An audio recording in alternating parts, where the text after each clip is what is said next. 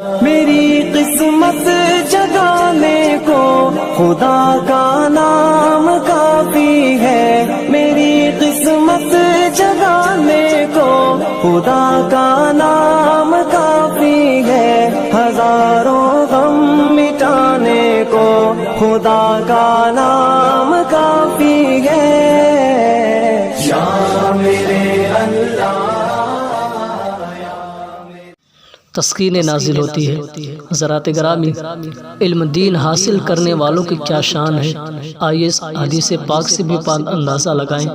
حضور علیہ الصلوۃ والسلام فرماتے ہیں کہ جو شخص علم دین حاصل کرنے کے لیے سفر کرتا ہے، جو شخص علم دین حاصل کرنے کے لیے سفر کرتا ہے تو اللہ تعالیٰ اسے جنت کے راستوں میں سے ایک راستے پر چلاتا ہے، اور طالب علم کی رضا حاصل کرنے کے لیے، طالب علم یعنی جو دین کا علم حاصل کرنے کے لیے، طالب علم کی رضا حاصل کرنے کے لیے فرشتے اپنے پروں کو بچھا دیتے ہیں، یعنی جو فرشتے ہوتے ہیں اس طالب علم، اس لڑکا، وہ لڑکا جو علم دین حاصل کرنے کے لیے گھر سے نکلتا ہے تو فرشتے اپنے پروں کو اس لڑکے کے پیر تر بچھا دیتے ہیں، اس کا قدم زمین پر پڑنے نہیں دیتے۔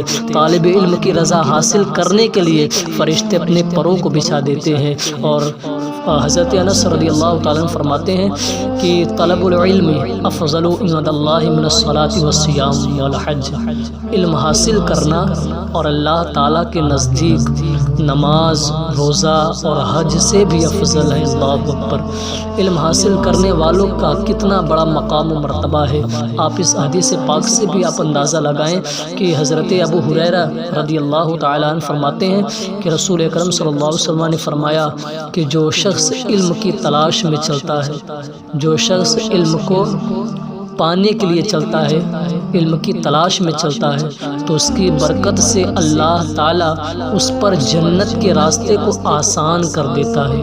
اور جب کوئی قوم اللہ کے گھروں میں سے کسی گھر میں جمع ہوتی ہے اور قرآن مجید پڑھتی پڑھاتی ہیں تو ان پر خدا کی تسکین نازل ہوتی ہے اور خدا کی رحمت ان کو ڈھانپ لیتی ہے، فرشتے ان کو گھیر لیتے ہیں اور اللہ تعالیٰ ان لوگوں کا ذکر ان فرشتوں میں کرتا ہے جو اس کے پاس رہتے ہیں۔ حضرات گرامی، حضرت انس رضی اللہ تعالیٰ سے روایت ہے کہ رسول اکرم صلی اللہ علیہ وسلم نے فرمایا اطلبوا العلم ولو کان بالصین، علم دین حاصل کرو اگرچہ تمہیں ملک چین جانا پڑے۔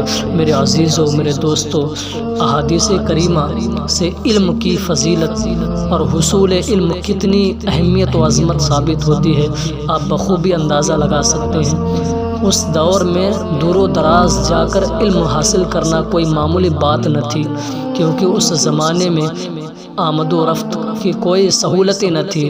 دور و دراز کا سفر پیدل یا پھر اونٹوں سے کیا جاتا تھا۔ اس زمانے میں نہ کاریں تھیں، نہ موٹریں، نہ ہوائی جہاز۔ آج دور و دراز کا سفر آسان ہو گیا ہے۔ آج مہینوں کا سفر گھنٹوں میں ہو رہا ہے اور دنوں کا سفر منٹوں میں ہو رہا ہے۔ پھر بھی آقا علیہ الصلوۃ والسلام کی ارشاد پر عمل پیرا نہ ہونا اور علم دین سے محروم رہ جانا بہت بڑی ہرما نصیبی کی بات ہے۔ آقا علیہ الصلوۃ والسلام فرماتے ہیں کہ حضور نے فرمایا کہ عالم دین بنو، حضور نے کیا فرمایا کہ عالم دین بنو یا طالب علم بنو، یا عالم دین بنو یا طالب علم بنو، یا عالم دین کی بات سننے والا بنو یا ان سے محبت کرنے والا بنو، اور پانچواں مت بنو کہ ہلاک ہو جاؤ گے۔ حضرات گرامی، سیدنا امام شافعی رضی اللہ تعالیٰ عنہ کو اللہ تبارک و تعالیٰ نے بے پناہ صلاحیتوں سے نوازا تھا، بے پناہ صلاحیتیں اللہ نے آپ کو عطا کی تھی اور بہت بڑی خوبیوں کے حامل تھے۔ رب کائنات نے انہیں بے مثال ذہانت عطا فرمائی تھی۔ ان کی عظمت علم کا اندازہ آپ اس سے لگائیں کہ وہ خود فرماتے ہیں کہ بچپن میں نے حضور علیہ الصلوۃ والسلام کو خواب میں دیکھا۔ کس وقت میں؟ بچپن میں میں نے حضور علیہ الصلوۃ والسلام کو خواب میں دیکھا۔ حضور نے مجھ سے فرمایا اے لڑکے تو کون ہے؟ میں نے کہا حضور یا رسول اللہ میں آپ کی امت میں سے ہوں۔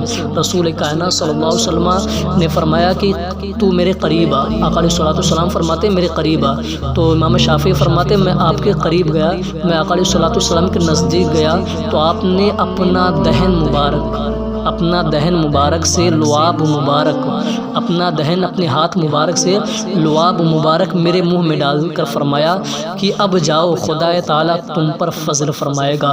پھر اس کے بعد مولا کائنات حیدر قرار علی مرتضیٰ شیر خدا داماد مصطفیٰ تشریف لاتے ہیں، اور آپ نے اپنی انگشتری انگلی سے اتاری اور میری انگلی میں پہنا دی، اور انہوں نے امام شافعی رضی اللہ تعالیٰ کی بارگاہ میں خلیفہ ہارون رشید اور ان کی بیوی زبیدہ کا عجیب و غریب مقدمہ ہوا کہ واقعہ یہ ہے کہ ایک رات ہارون رشید اور ان کی بیوی زبیدہ میں بحث و مباحثہ ہو گیا۔ اتفاقاً زبیدہ کے منہ سے نکل گیا اے جہنمی۔ کس کے زبان سے نکل گیا؟ زبیدہ کے منہ سے نکل گیا اے جہنمی۔ تو ہارون رشید نے زبیدہ کی بات کو سن کر کہا کہ اگر میں جہنمی ہوں تو تجھے طلاق دو، اور دونوں اسی وقت الگ ہو گئے۔ لیکن چونکہ ہارون رشید کو زبیدہ سے بے پناہ محبت تھی، اس لیے خلیفہ اس کی جدائی سے بہت پریشان ہوئے اور بے قراری محسوس کرنے لگے۔ ہارون رشید نے سوچا کہ علماء کرام اور مفتی اعظام کو اکٹھا کر کے اس مسئلے کو حل کر دیا جائے۔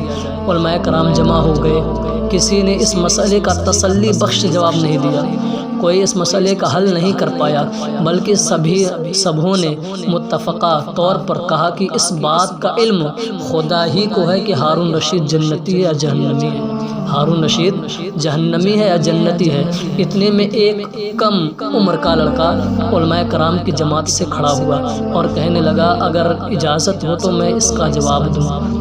سب لوگ اس بچے کو دیکھ کر حیران رہ گئے، کتنے بڑے بڑے علماء کرام مفتی اعظام جب اس مسئلے کا جواب نہیں دے پا رہے ہیں تو یہ بچہ اس کا کیا جواب دے گا؟ ہارون رشید نے اس لڑکے کو اپنے قریب بلایا اور کہا ٹھیک ہے تم ہی جواب دے دو۔ لڑکے نے بادشاہ ہارون رشید سے کہا آپ یہ بتائیے کہ آپ کو میری ضرورت ہے یا مجھے آپ کی؟ ہارون رشید نے کہا کہ مجھے تمہاری ضرورت ہے۔ یہ سن کر اس لڑکے نے کہا کہ پھر آپ تخت سے نیچے اتر آئیے، آپ تخت سے نیچے اتر آئیے اور مجھے تخت پر بیٹھنے دیجیے، تو ہارون رشید تخت سے نیچے اترا، وہ لڑکا تخت پر بیٹھ گیا اور تخت پر بیٹھ کر جواب دینے کا موقع دیجیے۔ وہ لڑکا کہتا مجھے تخت پر بیٹھ کر جواب دینے کا موقع دیجیے، اس لیے کہ علم والوں کا مقام و مرتبہ بہت اونچا ہے۔ ہارون رشید نے کہا ٹھیک ہے میں تخت سے نیچے اتر آتا ہوں اور آپ تخت پر بیٹھ جائیں۔ چنانچہ وہ لڑکا تخت پر بیٹھ گیا اور ہارون رشید سے مخاطب ہوا اور کہا پہلے آپ میرے سوال کا جواب دیجیے۔ ہارون رشید نے کہا ٹھیک ہے۔ لڑکے نے پوچھا کہ آپ کبھی کسی گناہ سے کوئی گناہ اللہ کے خوف سے چھوڑا ہے؟ ہارون رشید نے کہا ہاں خدا کی قسم میں نے بہت سے گناہ اللہ کے خوف سے چھوڑا ہے، ہاں کئی گناہ خوف خدا کی بنیاد پر کئی گناہ کرنے سے باز رہا ہوں، خوف خدا کی وجہ سے میں نے بہت گناہ چھوڑی ہیں۔ یہ سن کر لڑکے نے کہا میں فتویٰ دیتا ہوں کہ آپ جنتی ہیں، میں فتویٰ دیتا ہوں۔ کون فتویٰ دے رہے ہیں آپ؟ کم عمر کا لڑکا، علماء کرام کی جماعت بیٹھی ہوئی، تمام علماء کرام اس مسئلے کا حل نہیں کر پائے اور ایک کم عمر کا بچہ کھڑا ہوتا ہے، تخت پر بیٹھتا ہے اور یہ کیا فتویٰ دیتا ہے کہ میں فتویٰ دیتا ہوں کہ آپ جنتی ہیں، لہٰذا آپ کی بیوی پر طلاق واقع نہ ہوئی، یعنی آپ کی بیوی پر طلاق نہ ہوئی۔ علماء کرام نے فرمایا کہ اے لڑکے آپ نے یہ کس دلیل کی بنیاد پر فتویٰ دیا ہے؟ تمام علماء کرام نے کہا کہ آپ نے کس دلیل کی بنیاد پر یہ فتویٰ دیا ہے؟ آپ نے جواب دیا کلام الہی کی بنیاد پر۔ کس کی بنیاد پر؟ کلام الہی کی بنیاد پر۔ اللہ تعالیٰ قرآن مقدسہ میں ارشاد فرماتا ہے وَأَمَّا مَنْ خَافَ مَقَامَ رَبِّهِ وَنَهَى النَّفْسَ عَنِ الْهَوَىٰ فَإِنَّ الْجَنَّةَ هِيَ الْمَأْوَىٰ، یعنی جس شخص نے گناہ کا قصد کیا جس شخص نے گناہ کرنے کو سوچا، گناہ کا قصد کیا، پھر خدا کے خوف سے اس سے باز رہا، یعنی خدا کے خوف سے اسے چھوڑ دیا، بس اس کا ٹھکانہ جنت ہے۔ علماء کرام لڑکی کی دلیل کو سن کر ذہانت و حیران، لڑکے کی دلیل کو سن کر آپ کی ذہانت، آپ کے دماغ پر حیران رہ گئے، آپ کو داو تقسیم، انعام و اکرام سے نوازنے لگے اور فرمانے لگے جب بچپنے کا یہ عالم ہے تو بڑے ہو کر کس درجے کا عالم بنے گا، جب بچپنے کا علم کا جب یہ عالم ہے تو بڑے ہونے کے بعد علم کا عالم کیا ہوگا۔